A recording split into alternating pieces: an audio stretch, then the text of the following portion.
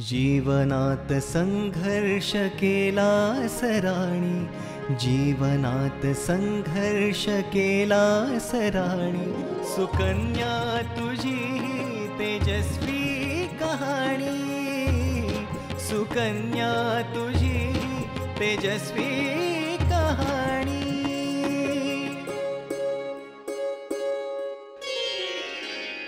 तू घराचा आधार, तुझ्यामुळे झाला साऱ्यांचा उद्धार, पुरी सोसले तू नियतीचे घाव, ध्यासाने तुझिया जिंकला सडा। स्वप्न झाले साकार उघड आता पापणे, सुकन्या तुझी तेजस्वी कहाणी, सुकन्या तुझी तेजस्वी कहाणी। अगं आई, आज माझं पहिलं प्रोजेक्ट आहे। हो का? बरं।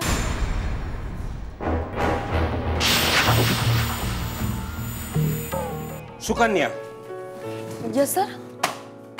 दिस इज रिडिक्युलस। ज्युनियर आर्किटेक्टची जबाबदारी जर सांभाळता येत नसेल तर बेटर रिझाइन। बरं, आपल्या कामाचं काय झालं? मी बोलले सुकन्याच्या वडिलांशी, पण काय रिझल्ट काय? अहो आउटपुटच मिळत नाहीये। सुने, आईची आठवण येते का?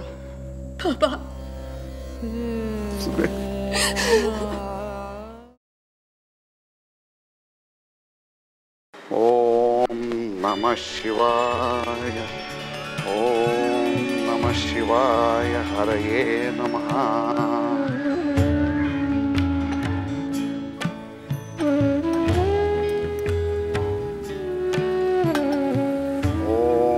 सूर्यदेवाय नमः, ओम सूर्यदेवाय नमः, ओम सूर्यदेवाय नमः, ओम सूर्यदेवाय नमः, ओम सूर्यदेवाय नमः, ओम सूर्यदेवाय नमः, ओम सूर्यदेवाय नमः, ओम सूर्यदेवाय नमः।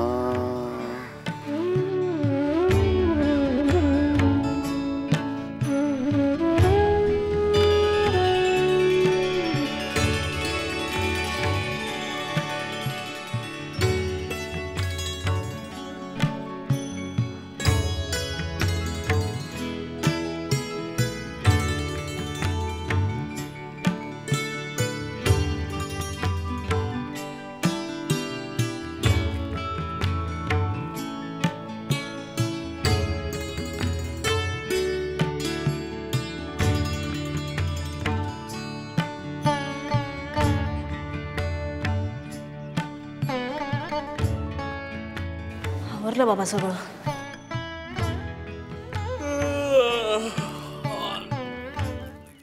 वा चिरंजीव वा, सकाळी सकाळी मुखदर्शन झालं, धन्य झालो। कॉलेजला जायचंय म्हणून उठलो। अच्छा अच्छा। पण काय रे चिराग, कॉलेजला गेल्यानंतर क्लासरूम मध्ये डोळे उघडतील ना तुझे? म्हणजे गधड्या, रात्री उशिरापर्यंत कुठे होतास? बाबा, मी मित्रांसोबत पिक्चर बघायला गेलो होतो। पिक्चर रात्री 2 वाजता संपतो का? अरे ही मवालीगिरी सोडा आता। शिकायचं वय आहे तेव्हा शिका। अरे शिकला नाही तर जगात तुला कोणी कुठेही नोकरी देणार नाही। मग रिक्षा चालवत बसावं लागेल, ते सुद्धा बापाच्या फंडातून कर्ज काढून। बाबा प्लीज, काय तुम्ही पण हो. चिराग, अरे जनाची नाही निदान मनाची तरी लाज बाळग. खरं सांग, कुठे गेला होतास? बाबा आईला सांगून गेलो होतो मी. हेच हेच आईचे फाजील लाड, त्याच्यामुळे हाताबाहेर गेलास तू. असे काय फाजीलाड केले तुम्ही त्याचे? हे तू तुझ्या स्वतःच्या मनाला विचार. आपले चिरंजीव रात्री 2-2 वाजेपर्यंत कुठे असतात हे विचारलंच कधी त्याला तू? हो, माझ्या शब्दाबाहेर नाहीये तो, आणि सांगूनच गेला होता तो मला. सिनेमा संपल्यानंतर त्या कुठल्याशा तरी ढाब्यावर दिलेरचा धाबा. हा तोच तो. तिथे तो आणि त्याचे मित्र पार्टी करणार होते. अगं, अशा या धाब्यांवर गुंड मवाली लोक बसलेले असतात. असं जर याला सतत पाठीशी घालत राहिले तर. काही पाठीशी घालत नाहीये मी त्याला. गणपतीपुळ्याच्या गजाननाच्या कृपेमुळे तुम्हाला 2 मुलींच्या पाठीवर जन्माला आलाय तो. गणपतीचा प्रसादच आहे माझ्या पदरात आलेला. आणि मुलाची जात आहे. झाला थोडासा उशीर तर एवढं काय बिघडलं त्यात? नाहीतरी थांबायला आहे काय घरामध्ये? अगं पण पोरगा हाताबाहेर गेल्यानंतर, बिघडल्यानंतर मग? काही हाताबाहेर जात नाहीये आणि बिघडत तर अजिबात नाहीये. माझे संस्कार आहेत त्याच्यावर. वा, मग काय प्रश्नच मिटला. आई जाऊ दे रे, तू नको त्रास करून घेऊस. चल तू तोंड धुवून घे. मी ना शिरा केलाय तुझ्यासाठी. चल. हा,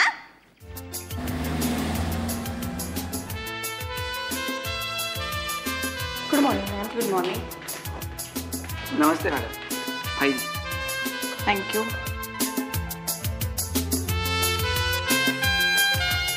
good morning ma'am. Good morning Rosie. Good morning ma'am. Good morning Sania. Hi. Good morning Sukanya ma'am. Good morning Minal. Sorry, काल कुलकर्णी सरांनी जरा जास्तच. इट्स ओके मिनल, मी आणखी छान करण्याचा प्रयत्न करेन. आणि ते शोभना मॅमना दाखवा, त्या नक्कीच ॲप्रिशिएट करतील. खरंच शोभना मॅडम किती चांगले आहेत ना. त्या कधीच सिनियर ज्युनियर्समध्ये भेदभाव करत नाही. सगळ्यांना किती छान प्रोत्साहन देतात. मला ना सेम त्यांच्यासारखं व्हायला आवडेल. तुम्ही नक्की त्यांच्यासारख्या व्हाल. Thank you so much. Have a nice day. Same here. Sukanya तुझी ही तेजस्वी कहाणी.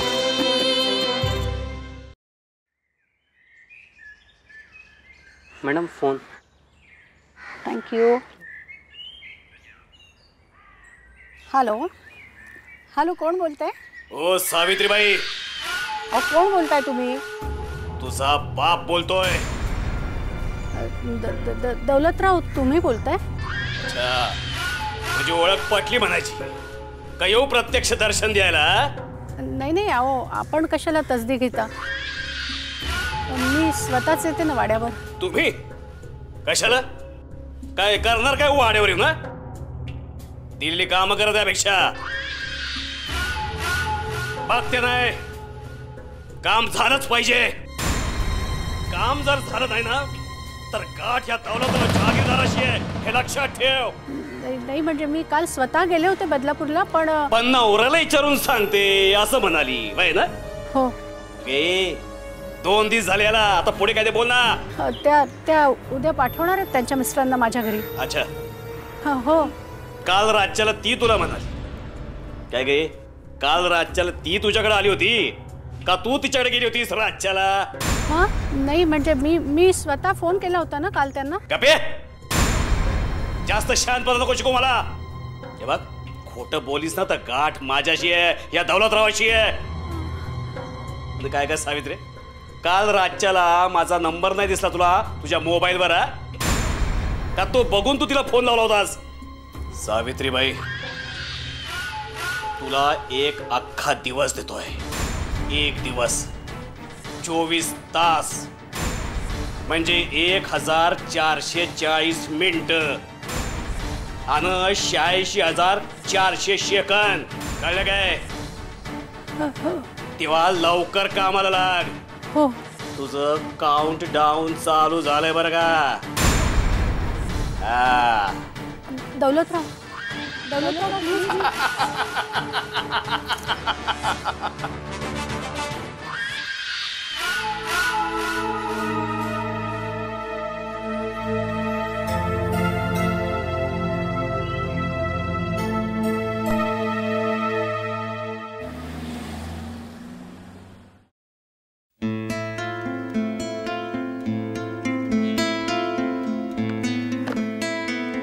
जेंटलमन, आजची मीटिंग मी का बोलवली याची कल्पना तुम्हाला कदाचित आली असेल. BMCनी CRZ2मध्ये येणाऱ्या 12 आणि 13 मजल्यांपेक्षा जास्त मजल्यांच्या बिल्डिंग्सची कामं थांबवली आहेत. स्टे आणलाय त्याच्यावर. नवीन कमिशनर आलेत, त्यामुळे पॉलिसीज चेंज होत असतील अशी शक्यता आहे.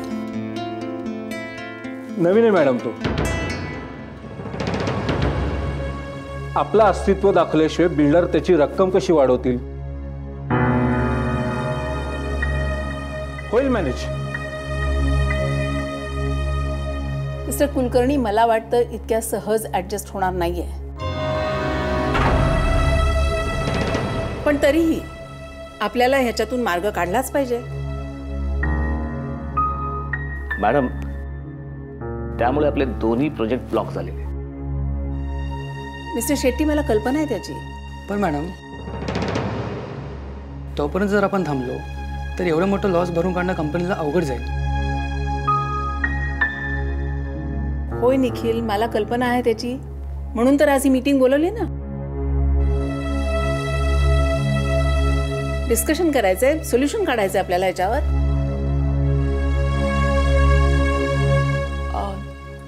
मॅम,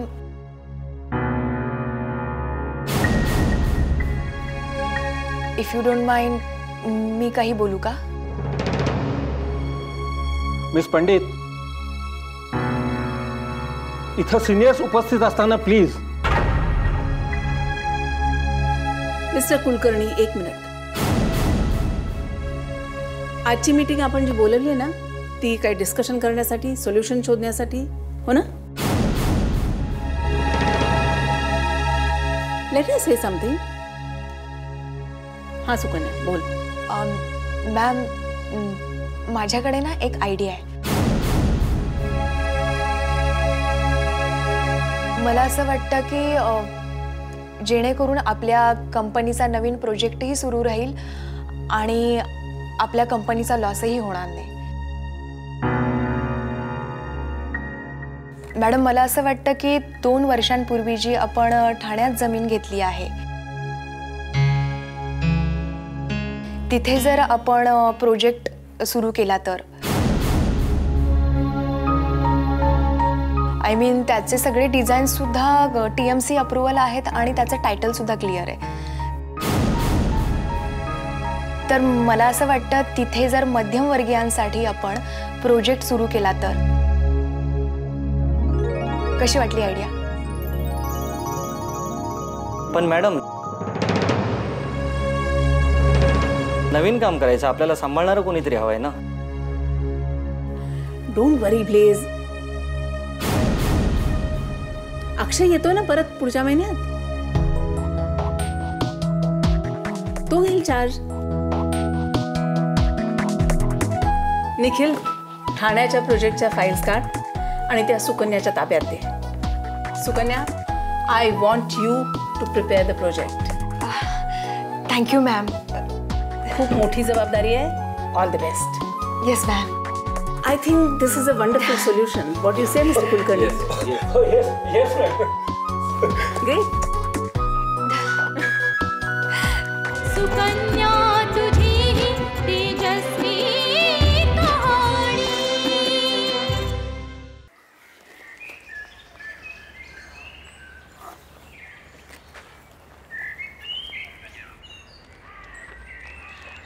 अरे हाय, काय म्हणतो, उड्या आला लेक्चर. हे राकेश. अरे चिराग यार, तू इकडे, तुला कुठे कुठे शोधलं यार, कुठेस तू? अरे हे काय, इथेच बसलोय मी. हे घे ना, चॉकलेट खा ना. अरे चॉकलेट सोड यार. अरे तू काय यार, आणि एवढा घाबरला काय तू? अरे बाबा, मोठा लफडा झालाय. लफडा? का रे, काय झालं? तो भाल्या भाल्या तो शोधतोय तुला. चिराग, खरं सांगा, त्या भाल्याचं काय केलंस? अरे त्या भाल्याचे 1000 रुपये द्यायचे मला. 1000 रुपये? आणि 400 रुपये व्याज पण. म्हणजे 1400. हे बघ चिराग, काही करून आजच्याच पैशांची व्यवस्था कर, नाहीतर काही खरं नाही. काय? आणि तुला मारायची वार्ता करत होता तू. मला तर भीती वाटते तुझ्या घरी येऊन त्याने काही राडा नाही केला म्हणजे मिळवली.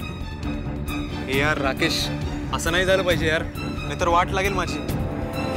अरे पण त्याला कुठे माहिती मी कुठे राहतो ते? त्याला इतका साधा समजतोस? आणि आपले पंटर काय कमी आहेत का? अरे कोणालाही धरून 2 कानफाडात मारल्यानं सरळ त्याला तुझ्या घरी आणून सोडतील. हो रे. हे यार मी आता काय करू यार? ते तुझं तू बघ. तुला सावध करणं माझं काम होतं, मी ते केलंय. आता तू ठरव. येतो मी.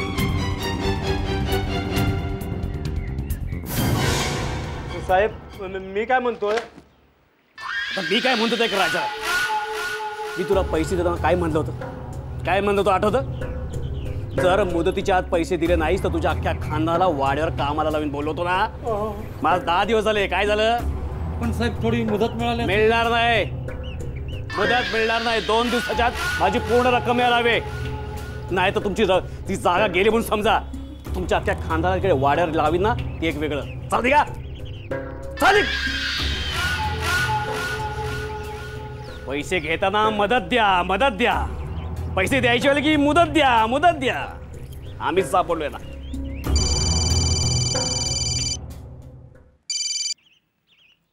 हा आहेत ना. कोण आहे? मगनलाल शेठ.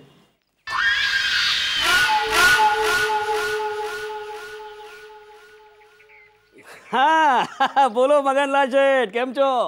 મજામાં? બોલા બોલા, હુકુમ કરા, હુકમ करा. 1.5? अरे 2 पाठवतो की. पाठवले संध्याकाळी पोहोचतील तुमच्याकडे. हा हा बरं बरं.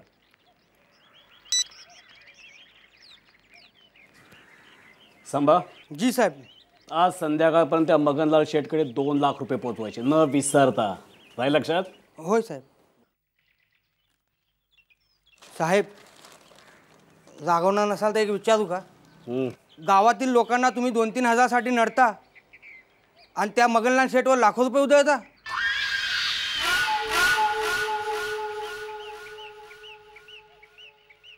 संभा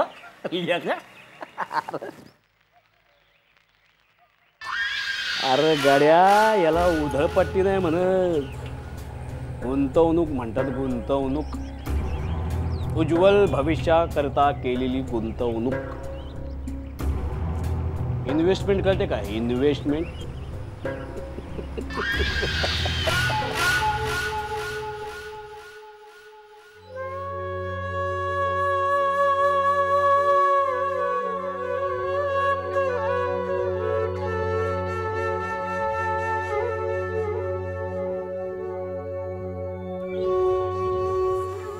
दादा, अरे दादा, काय हे? आनंदे, आनंदे, अगं तुझी ही वहिनी कल्याणी मला नेहमी म्हणायची, मी तुम्हाला मुलगा देऊ शकले नाही याची खंत मला नेहमीच राहील.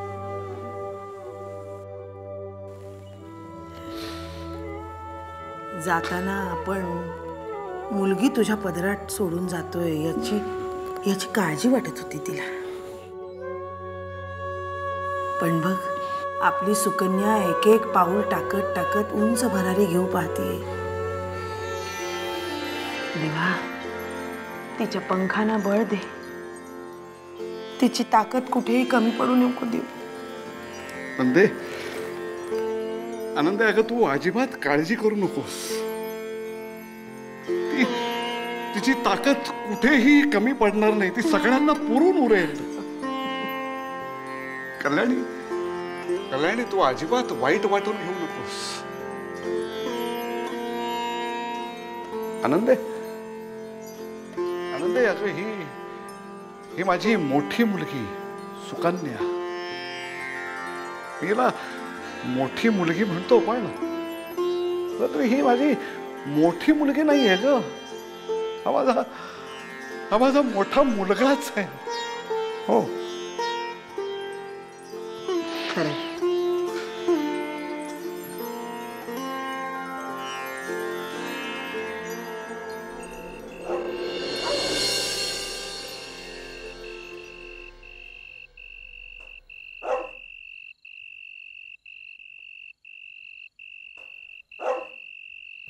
सुकन्या, उद्या तुझ्या आयुष्यातील सर्वात मोठी परीक्षा आहे. तुझ्या कर्तृत्वाच्या आकाशात खूप मोठी भरारी मारण्यासाठी ही खूप चांगली संधी आली आहे. तुझ्या इवल्याच्या पंखात ही संधी गोळा कर. असेल नसेल तेवढं बळ लावून घे एकच भरारी जी व्यापून टाकेल अवघ्या आकाशाला. हो, मी सुकन्या श्रीधर पंडित. ते सोनेरी क्षितिज काढणारच. कारण नशिबाची साथ जरी मला नसली तरी माझ्याकडे असलेला आत्मविश्वास, प्रामाणिकपणा, माझी जिद्द आणि महत्वाकांक्षा मला कधीही पराभूत होऊ देणार नाही. मी विजयी होणारच. माझ्या 2 वर्षाच्या मेहनतीवरती पाणी फिरले तुम्ही.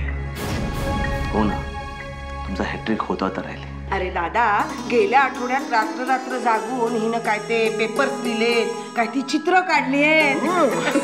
अगं आत्या, त्याला चित्र नाही म्हणत, डिझाईन्स म्हणतात. अगं तेच ते. ती सावित्रीबाई आणि आपला फायदा बघणार. अगं त्या सावित्रीबाईला स्वतःचा फायदा आणि स्वतःचा स्वार्थ याच्याशिवाय दुसरं काही दिसलंय का? अगं ती काय आपलं भलं करणार आहे?